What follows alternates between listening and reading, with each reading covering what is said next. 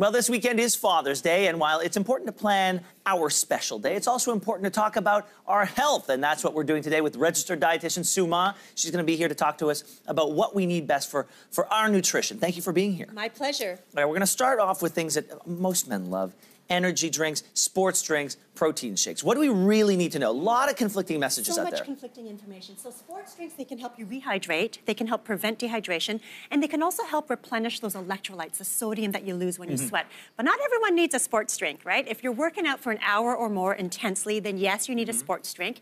If you're working in hot, humid weather, like those days we had a few days ago, then you need a sports drink. Okay. If you play football or hockey where you're wearing heavy equipment and sweating like crazy, then a sports drink could work for you. So those are some ideas. Also, if you're a heavy sweater, and we're talking like a liter of sweat an hour. We all know people like that. Yeah, we all know people like that. We're related to people like that. So a sports drink would work for people like that.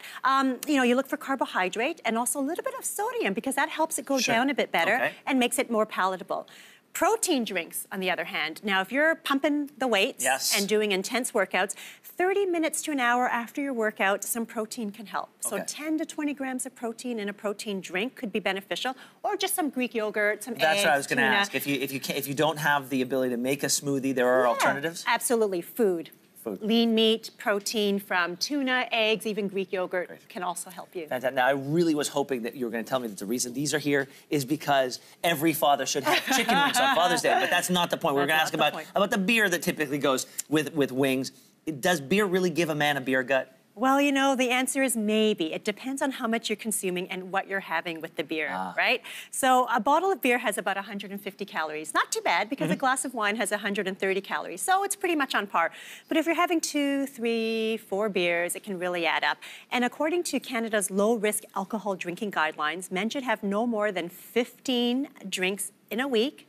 Can't save them for the weekend, so no more than 3 a day, right? And think about the foods that you're having. I mean, typically with beer, you've got the wings, the fries, the burger. So it's maybe those foods that are contributing to the excess weight around the belly. All right, let's just put these over here for We're going to save those for you. All right, let's move on to some other really important things. Fiber. Fiber.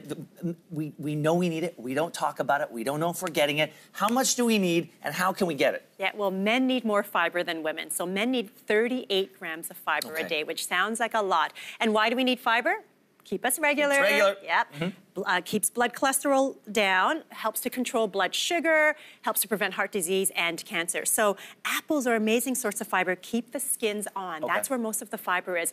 And try to have food in its whole form. So 10 cups of apple juice have the same amount of fiber as 1 apple. No one would ever have 10 cups of apple juice. Give me a sense, like in 1 apple, how much fiber is in that? 2 or 3 grams. So then it adds up. We do have to go get a lot of. And then raspberries, maybe 4 or 5 grams. So that's another one. Nuts, seeds, peanuts, they all have fiber. Carrots, even avocado, and bran. Yes. You can have it straight up, or you can sprinkle it in a salad or one of your other like those cereals. Little buds are really good for you. Exactly. Amazing for fiber. And these things taste better than they used to. That's for sure. So much taste better. Like cardboard. And you can use it in muffins or meatloaf, that kind of thing. So it really helps to boost your fiber intake. All right, what are we looking at over here? Prostate cancer. Prostate cancer, yes, okay. It's the most common cancer among men. So 1 in 8 men in Canada will develop prostate cancer. And you've probably heard of lycopene in tomatoes as the antioxidant, which helps to prevent prostate cancer. But that's also, lycopene is also found in so many other types of foods, like watermelon, like papaya, like red peppers, like pink grapefruit. It's that pink orangey hue that is a sign of lycopene. And is that lycopene still available if you cook down the tomatoes or if you roast the red peppers? Yeah, so, you know, lycopene is better absorbed by our body when it's slightly cooked with a little bit of oil. So if you want to roast the red peppers, make a pasta sauce with tomatoes, that's going to be more beneficial. All right, and lastly, we never talk about gout, but we got to talk about gout. Men are 4 times more likely than women to develop gout. And so gout, what happens is that you get that painful swelling of a joint, usually the big toe. It's a type of arthritis. And so we want to look for foods that are low in purine, because purine breaks down to uric acid that builds up in the blood and causes those gout flare-ups. So you want to avoid organ meats. You want to avoid excess alcohol. You want to avoid seafood, shellfish. You want to try foods that are low in purine, like tofu, like dairy, soy milk. Those are all great. Cherries, 10 to 20 cherries a day, twice a day, can help lower the incidence and severity of gout.